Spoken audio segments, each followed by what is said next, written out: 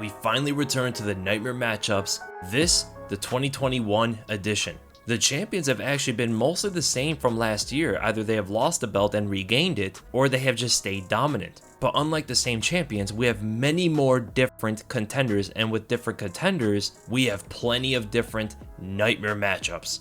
Just like usual, we're going to be categorizing every Nightmare matchup according to this criteria. We have a spectrum from 1 to 10, 1 being that there is no opponent that can in any way match up with the champion, to 10 being that the matchup was pretty much decided before it even begins.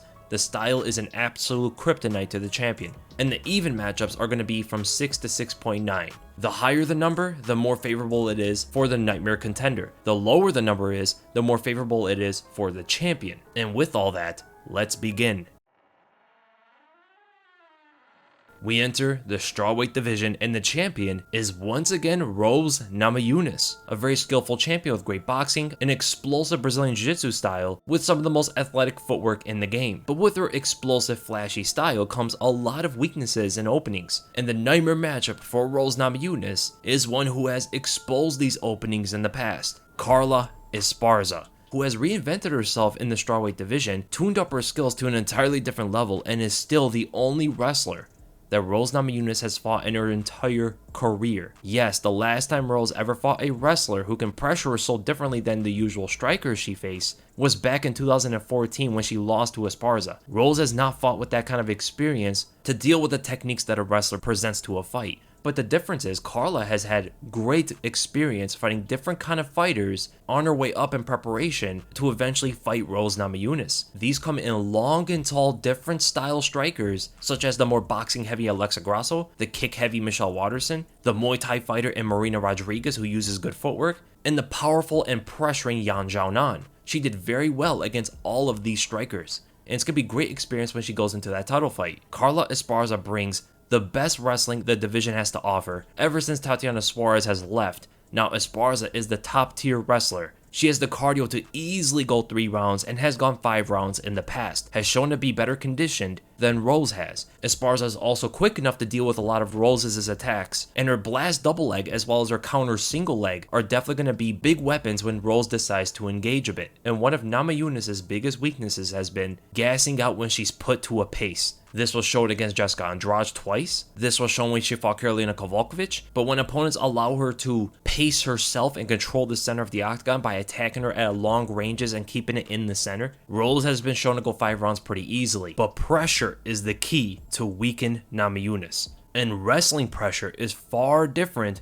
than striking pressure. And we've seen in the past, whenever Rose has gotten on her back, she does attack a lot more. She jumps up for triangles, she jumps up for arm bars, dives in for submission attempt after submission attempt, and that is a for sure way that someone like Esparza can get Rose to exhaust. This brings a considerate danger level to Rose Namajunas' reign. The danger level is 5.5 out of 10. Pretty close to an even matchup skillfully.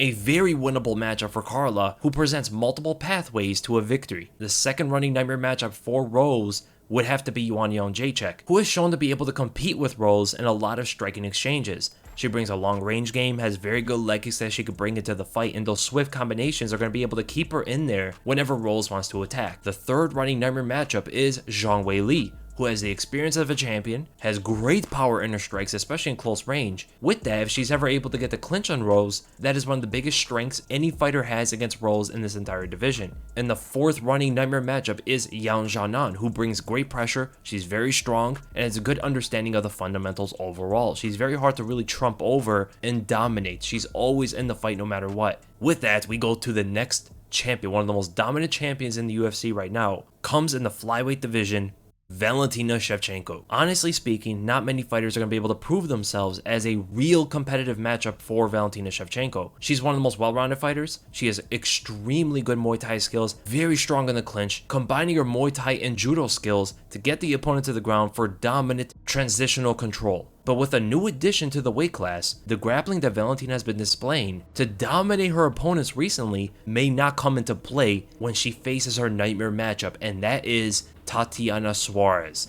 Tatiana Suarez is the absolute best wrestler out of all the female fighters in the UFC by far. extremely credentialed. She's very good with cage control, which a lot of fighters don't get used to that well, but she definitely had a good transition to the game. She's very strong, she puts on a crazy pace, and it's hard for opponents to keep her off. She's the only fighter in the division who presents a specialist skill set to trump any one of Valentina's skills. There has been no fighter Valentina has fought in this flyweight division that was able to keep up with her in any aspect of the game. So far, the only aspect of the entire division that can trump Valentina in a part of this game is Suarez's wrestling. Valentina cannot wrestle with Tatiana Suarez, and that brings the danger level higher than any matchup Valentina's ever had in this flyweight division, and that is a 4.3. It might even seem a bit generous, to be honest here, because it does prove that Tatiana is unfavored in this, but she has a realistic pathway to victory here, and that is through her wrestling, through her pressure, winning the rounds, and using her ground and pound to soften Valentina up and watching away from submission attempts. The first runner-up is Manon Fiorot, who is by far the biggest fighter in this division. She has devastating knockout power, legit one-punch knockout power,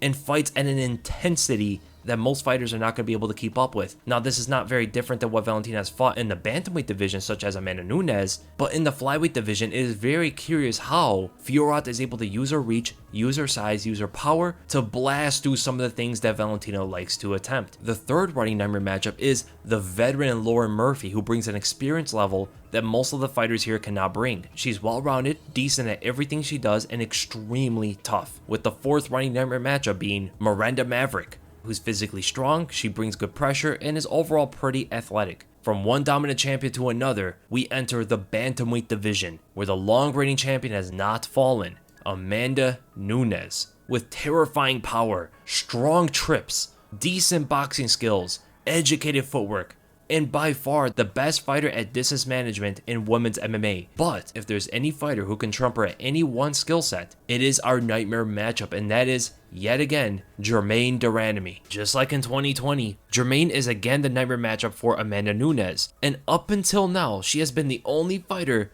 to beat Nunes at one aspect of MMA, and that was the overall striking game. Germaine showed to everybody that she may be the overall best female striker in the world. She's technical on the feet from a distance and even from close range, precise as can be, and has legit knockout power. She's also longer than Nunes and defensively very responsible, able to get away from that big right hand from Nunes, and due to the reach advantage, she's able to stay away at the end of those punches, causing whenever Nunes wants to attack, to overextend with her power. That leaves her in line of sight for GDR's countershots. One of the only fighters who are capable of doing that. The only issue for Germaine de Randamie has always been her takedown defense, but she has gotten a bit better at it. She has submitted in her last fight, Juliana Pena, which is a huge feather in her cap, and it's only showing her progressive level. So the danger level for Germaine de Randamie does not change too much from last time, 4.1 out of 10. Unfavored to win, but has a realistic pathway to victory, with the second running nightmare matchup being Irina Aldana, who brings enough boxing skill to be able to handle Nunes' boxing in particular. She's very long and powerful. She mimics a lot of what Nunes brings to the table, only when it comes to her hands though. The third running nightmare matchup is going to be Carol Rosa, who is very versatile, she's much younger, and she has very long strikes of her own right. Isn't really going to bring that much danger to the table when it comes to fighting Amanda Nunes though. And that's very similar for our fourth running nightmare matchup, Holly Holm. Good experience, she's very athletic, she has a lot of kicking power,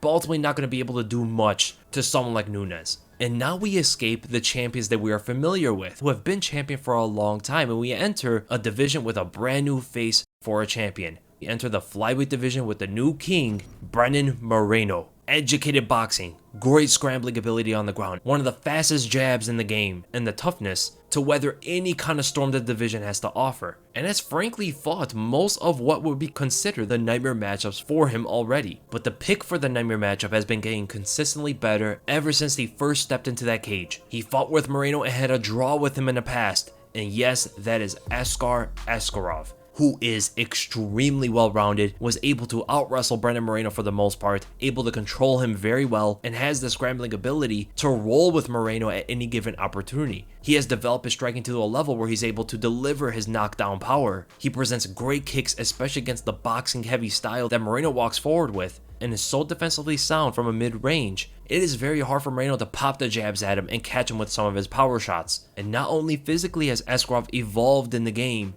but mentally as well. He brings a whole new kind of confidence into his fights that is very noticeable. specifically when he went up against Joseph Benavidez in his last fight. So the danger level for Askar Askarov is going to put him in a pretty even matchup with Brandon Moreno, a 6.2 out of 10. So far, the most dangerous opponent for the champions we have covered. And I know a lot of you guys had questions about a specific fighter who you probably think would be the nightmare matchup, and that is Deiveson Figueiredo, but he is the second running. The biggest reason why I cannot put him as the nightmare matchup is frankly because of his weight cut, and I don't think he will ever be able to compete the same as long as he fights in this division, which is why I'm going to have to put him down a little bit, not far off from Askarov still, at a 5.9 out of 10. He still brings that tremendous power to be able to knock off Moreno from him. He has the athleticism, the sniper precision in his punches, but he hasn't shown the best takedown defense and scrambling ability to fight with Moreno the way Askarov has. The third running nightmare matchup is Brendan Royval, who is so long for this division at 5'9", also bringing a versatility to his game, dangerous knees, dangerous high kicks, good boxing. He's a hard guy to deal with for the most part, and he has also quick scrambles on the ground. He could potentially keep up with Moreno in most aspects of the game, and his reach is definitely going to give Moreno's boxing some issues. And the fourth running matchup is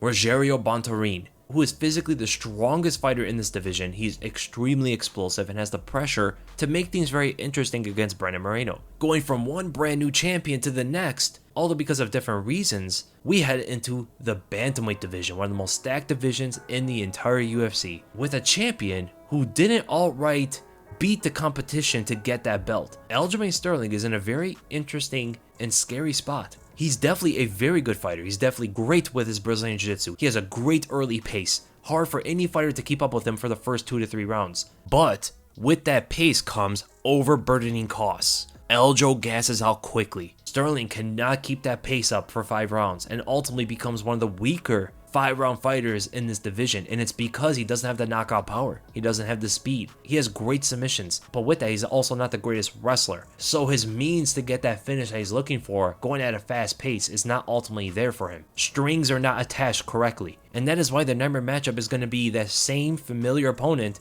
Petr Yan.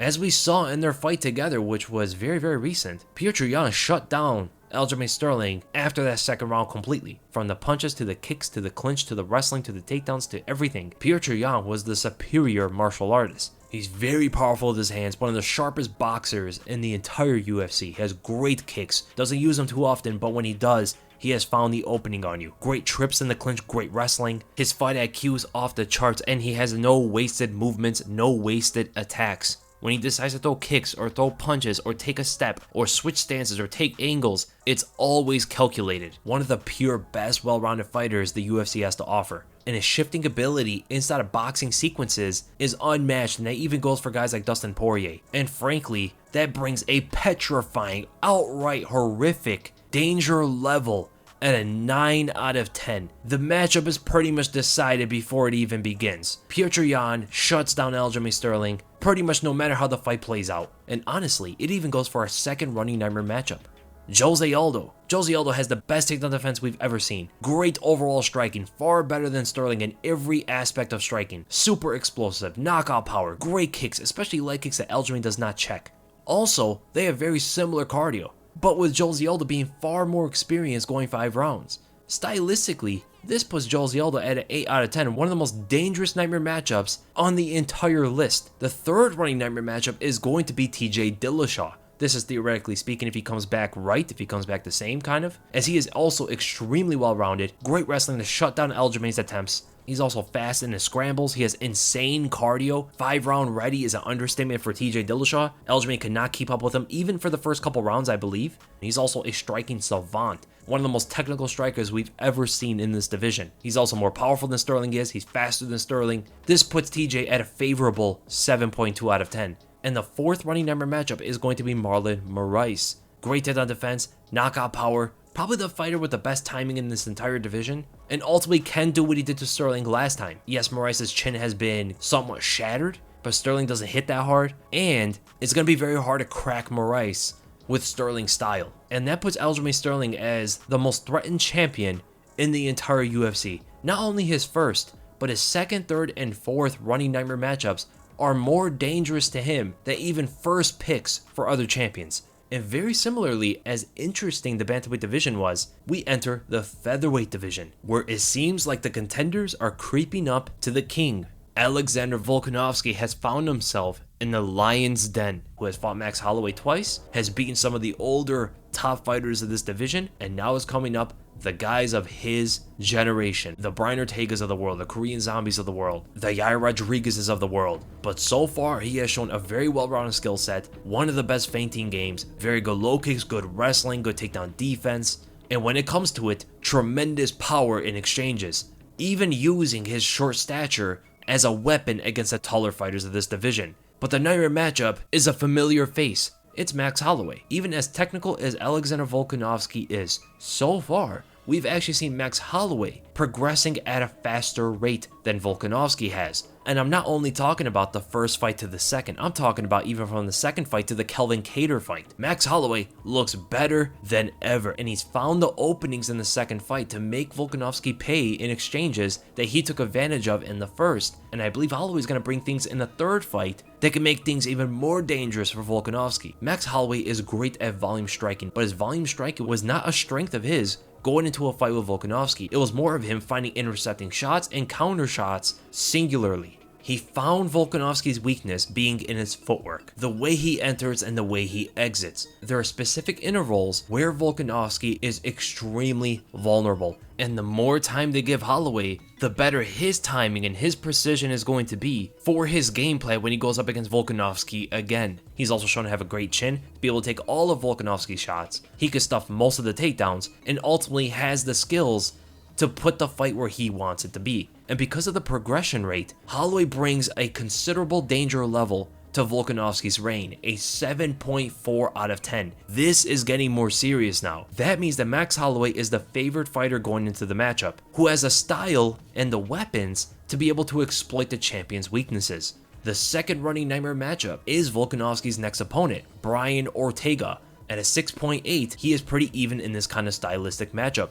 He brings superior BJJ. Volkanovski does not want to go on the ground with this guy at all. That leaves the fight to be in a striking battle. But Ortega brings good power in everything he does, and he's extremely opportunistic. Give him your neck, give him your limb, or expose yourself for even a split moment, and he will explode on you and make you pay for it. Ortega brings a kind of killer instinct that most fighters in this division do not have, and definitely is one of the fighters who can hurt Volkanovski in exchanges, who hasn't shown to have the best chin. So the finishing possibilities that Ortega brings to the fight are terrifying. The third running nightmare matchup is Movsar Evloev, who is completely different from these two that we just mentioned. He is a 5.9 out of 10, which means he's pretty close to an even matchup, but has a skill set to find a few paths to victory. This comes with his tremendous wrestling, his non-stop pressure. He's extremely strong in the clinch. Put Volkanovski on the back foot for the entire fight and work him on the cage. That is something Volkanovski never really had to deal with before when someone was trying to wrestle him the entire time. And the fourth running nightmare matchup, who was the nightmare matchup of 2020, the Korean Zombie, was still a significant nightmare matchup danger level, 5.5 out of 10. He definitely has paths to victory here. He's extremely well-rounded, very good on the ground. Volkanovski doesn't want to swim in those waters that long. He has very good knockout power, and probably the most precise puncher in this entire division. Throwing a simple jab, and Korean Zombie could take your chin off. And that is a very interesting division for a nightmare matchup. But now we go into the most interesting division in the sport right now, the lightweight division ruled by the new king, Do Bronx Charles Oliveira, who has developed himself to one of the best fighters in the world. He brings excellent Muay Thai, a great jab, probably the best jab in the entire division, world-class Brazilian Jiu-Jitsu, where most fighters do not even want to touch the ground with him. Charles Oliveira is a completely different fighter these days, but with that, you already know that there are very interesting matchups for him that could potentially take that belt away, and none other more interesting than the nightmare matchup, who has been dwelling in the shadows ever since his title fight loss to Khabib, and that is Justin Gaethje. This is a pretty simple one to really think about here. Charles is a good wrestler, and he wants to take the fight to the ground, especially when he has a bit of an issue on the feet, and that usually comes with the opponent having power in their hands.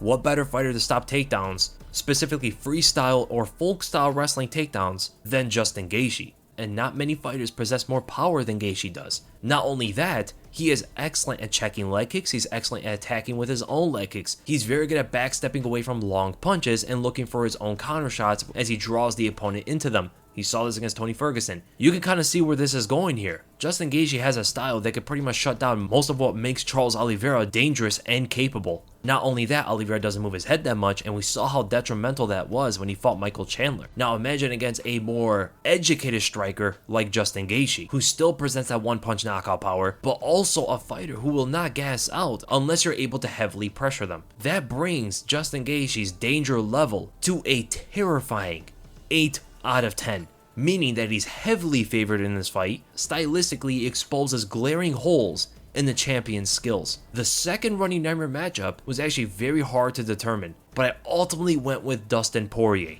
Dustin Poirier at a 6.2 brings an even matchup stylistically with Charles Oliveira. He brings good boxing, he's very well rounded, especially on the ground, but ultimately the biggest strength of his is the overwhelming volume if he's ever able to get Oliveira on the cage. It does sound like maybe Dustin Poirier should be heavily favored against Oliveira, but Dustin doesn't bring the greatest methods of closing distance, especially against someone as long as Oliveira and has the takedown and Brazilian Jiu-Jitsu game that he has. The third running nightmare matchup is a familiar opponent, Michael Chandler. At a 6 out of 10, he's on the lower end of that even matchup where he's still super explosive, has amazing takedown defense, very hard for Charles to get him to the ground, great athleticism, one-punch knockout power, probably the most powerful guy in this division, and that fundamental approach that he has is very effective against Charles' style. And the fourth running nightmare matchup is tied with the third, 6 out of 10 for Islam Makhachev, who is completely different from the other fighters that we have just mentioned. He brings an amazing grappling and wrestling game, probably the only fighter to be able to be somewhat competitive, if not even take over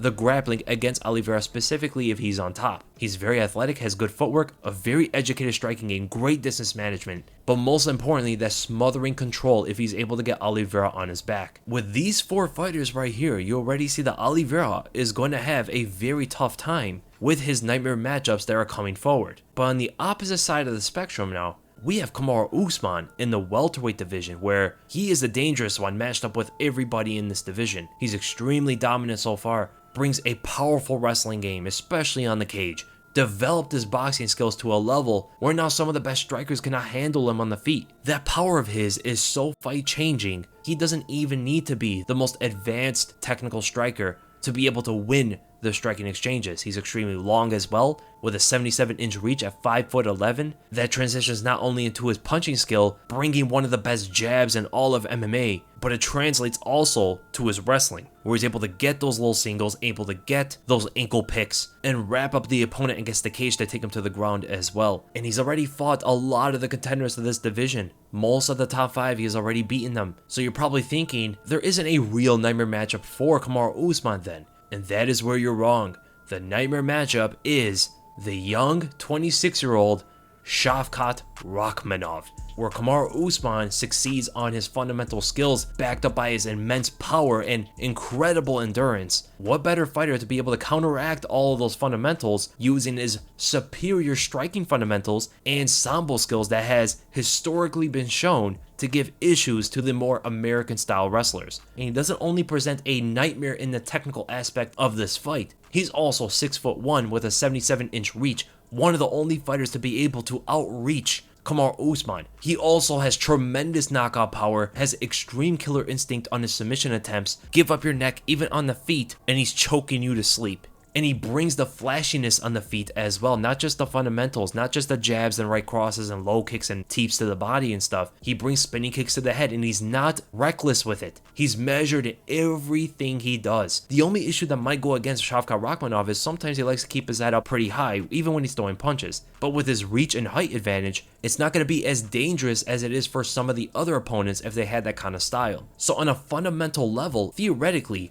there is no worse matchup for Kamaru Usman, not even close, than Shavkat Rakhmonov. He can stop the takedowns, he can wrestle himself, he can outstrike, outbox, outkick Kamaru Usman even at a farther distance or in close range, and he's extremely multifaceted in the clinch as well. And above all else, he has youth on his side at 26 years old. He's going to be far, far better when he goes up against Usman in the future. That brings an alarming danger level to Kamaru Usman At a 7.2 out of 10, this means that Shevchenko is favored in this matchup as a style to exploit the champion's weaknesses. The second running nightmare matchup is Colby Covington, who has amazing wrestling, a throttling pace, able to just keep himself on the opponent the entire time, and has the versatility on the feet to mix up the game better than most fighters can. Not as well-rounded as Shevchenko, but definitely enough to be able to mix it up. On someone like Kamaru Usman, he's also developing his striking hugely, technically speaking, not in his power, which made the difference when he fought Usman, but technically now he's not going to be in the way of some of Usman's punches,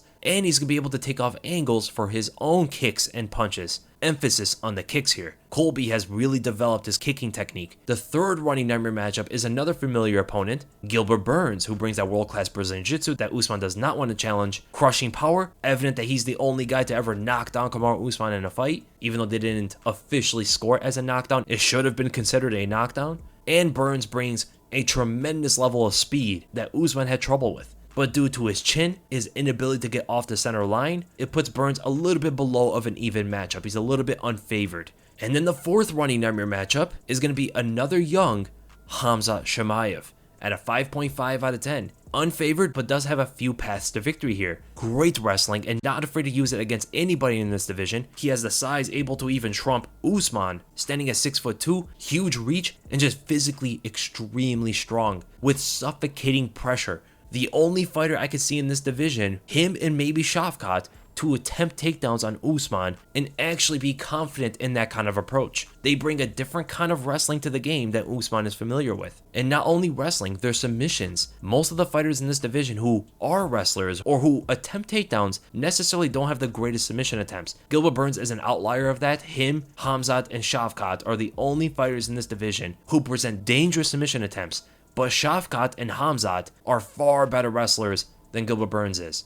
Khamzat Chimaev also has great knockout power. He's developed his striking so much. He has good footwork, very mobile, and is just overall very athletic. So contrary to belief, there are fighters in this division who absolutely can challenge Kamaru Usman, but most of them are the younger guys rising up, as most dominant champions have to one day face that terrifying level of competition. And from one dominant champion to another, we enter the middleweight division, which is a lot more clear-cut than the welterweight, lightweight, and featherweight division were. Israel Adesanya is still dominating with his iron fist, whether it be spectacularly or just doing enough to win. Regardless, technically speaking, most fighters in this division cannot keep up with him, and he has provided his evidence of that. He's possibly the most technical striker in the entire UFC. He's extremely long and fast, has a great chin, decent takedown defense. Adesanya is still going to be a difficult puzzle to solve, but his nightmare matchup has been getting better and better, and now developed a new wrinkle that literally made me place him as the #1 nightmare matchup ahead of the second choice,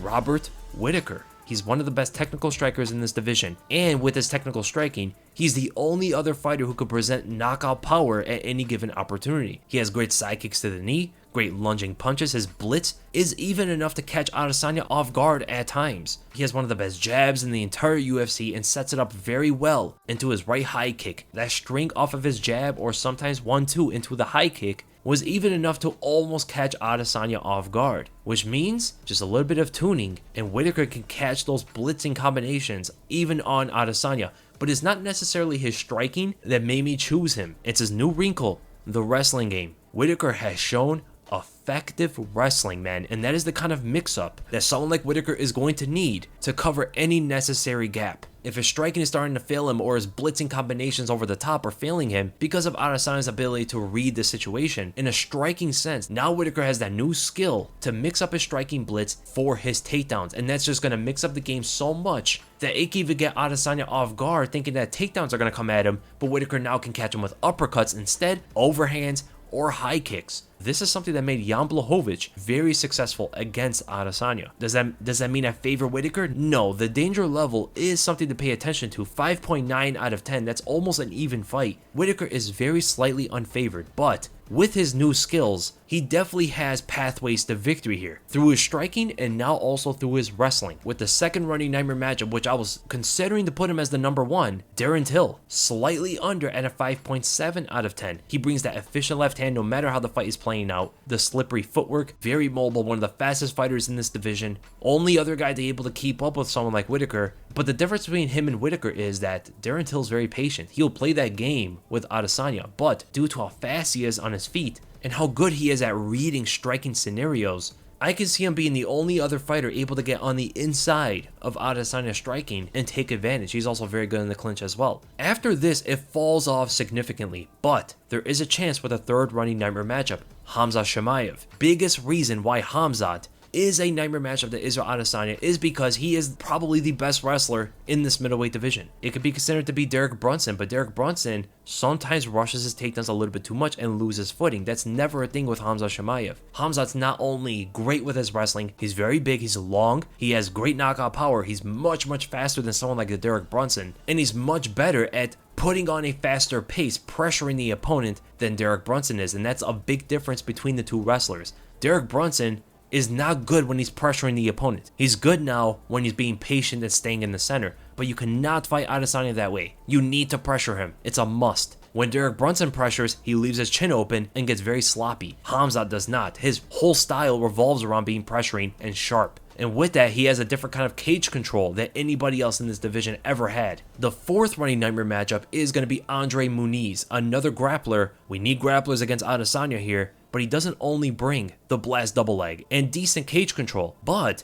he is the best Brazilian Jiu-Jitsu artist in this division right now. He is elite on the ground. Adesanya does not want to get on the ground with this guy at all. Even with him on his back, even by him pulling guard, which he has done multiple times in his career. He also has smothering pressure from his hands to his takedowns. And like I just said, he's very opportunistic with his takedowns. Any opportunity and he's blasting on you. He doesn't even need to get you to the ground. He just needs to create contact and he will just simply pull guard. And with that, we move on to a familiar opponent of Israel Adesanya in another division. We enter light heavyweight, where the champion has changed from last time. It was Jon Jones, but now that we have a Polish king, Jan Blachowicz, as the champion, the scramble of the division because of the change of the crown has caused the candidates for the nightmare matchup to be very intriguing now.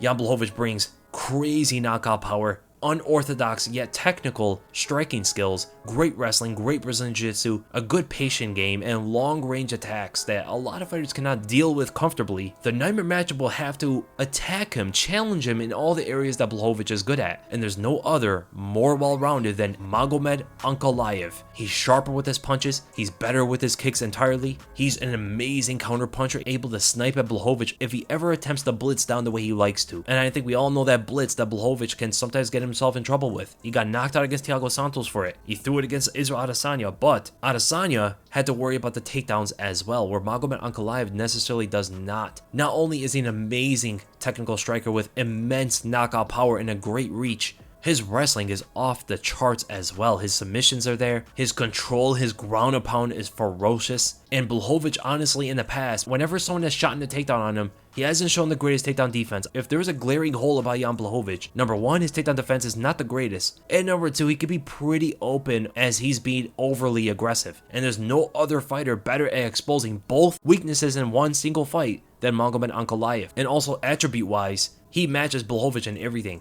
and youth is also on his side. So because of all that, Magomed Ankalaev's danger level is a significant 7.2 out of 10, making him favored in this matchup and has the style to exploit the champion's weaknesses. The second running nightmare matchup is Alexander Rakic, who is extremely explosive, athletic, strong, and huge for the weight class. His clinching strength can be one of the most important things going to a fight with Blachowicz. He also has dangerous kicks from the outside. He's a much better kicker than Blachowicz, but his boxing, for the most part, his hands fall off in comparison. The third running nightmare matchup is his next opponent, Glover Teixeira, who has great experience. He has strong takedowns and overall just a superior Brazilian Jiu-Jitsu game. If he takes down Blachowicz, he's definitely going to have the advantage there. Everywhere else in the feet, he cannot hold his own. So Glover definitely has a chance to win that fight. He definitely has that specialist skill set to upset the champion. But the fourth running nightmare matchup is going to be the unorthodox, unpredictable, yet powerful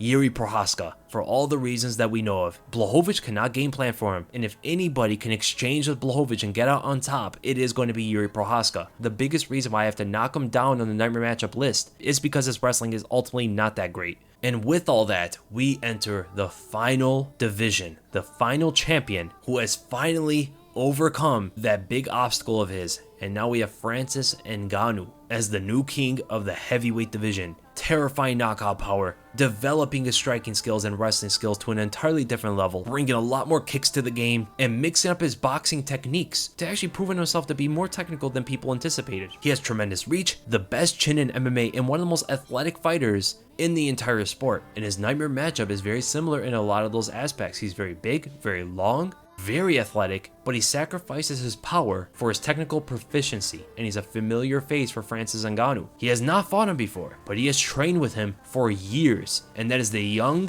Ciryl Gane, who is by far the most technical striker the heavyweight division has ever seen. He's a special talent to the heavyweight division. Very long, very big, the best footwork we've ever seen, great Muay Thai skills, great kicker, great puncher, mixes up the game very well, switches stances at a whim, and one of the biggest advantages going for Ciryl Gane in this fight is that he's very familiar with Ngannou's style and dealing with him, as they have sparred many times throughout the years. That does help the champion in preparation for Gane, specifically when we talk about technique, but you can argue it's even more favorable for Ciryl Gane for the fact that he has felt that kind of power, felt that kind of strength on a daily basis. The power and the strength does not change. Techniques change. Ciryl Gane is not the same technical striker that he was when he trained with Francis Ngannou. He's much more experienced these days, and he has shown it in his fights. He's one of the only fighters who has the mobility, the speed, and the skill to make Ngannou miss until exhaustion and also counter him for any missed opportunities. He also has a takedown game. He's also underrated with his submissions. And most importantly, the frustration that Gane can bring out of Ngannou can cause Ngannou to be wild and reckless, whereas Ciryl Gane never deviates from his calm demeanor. He's always patient. He's also more experienced in 5-round fights than Ngannou is,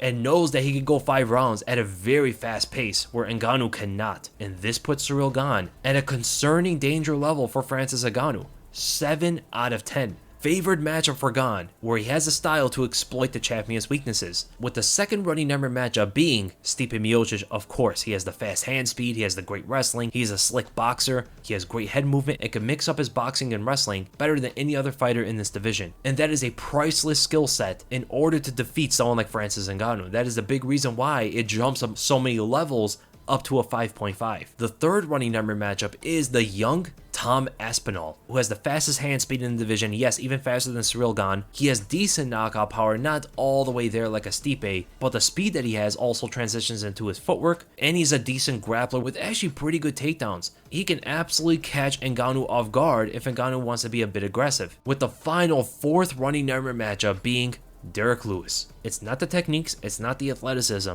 it's the attributes. The second most powerful guy in the division. He's probably the only guy here that can knock out Francis Ngannou with one single punch. That's such an outlying asset that automatically puts Derrick Lewis in consideration. He's also extremely tough, and he has great timing with that big right hand of his. But ultimately, not going to be the most dangerous kind of guy. He has one realistic path to victory here.